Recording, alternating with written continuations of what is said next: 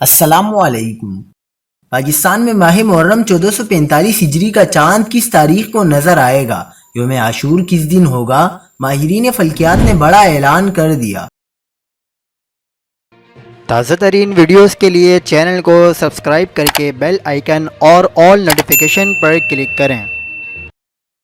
آپ کو بتاتے چلیں کہ محرم 1445 ہجری کے چاند کی پیدائش پاکستان میں پیر و منگل کی درمیانی شب رات کے 11:31 پر ہوگی۔ ماہرین فلکیات کے مطابق منگل 29 ذی الحجہ کو چاند نظر آنے کا امکان بہت کم ہے۔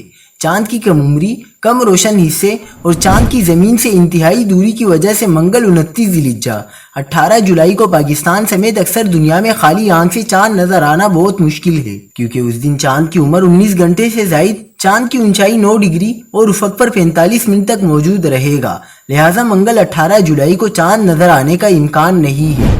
البتہ بدھ 19 جولائی کو پاکستان، انڈیا سمیت تقریباً پوری آباد دنیا میں چاند بآسانی نظر آئے گا۔ یوں پاکستان، انڈیا اور بنگلہ دیش میں یکم محرم 1445 ہجری جمعرات 20 جولائی کو ہوگی، جبکہ 10 محرم یعنی یوم عاشور 29 جولائی بروز ہفتہ ہوگا۔ دیکھتے رہیے حق پاکستان نیوز۔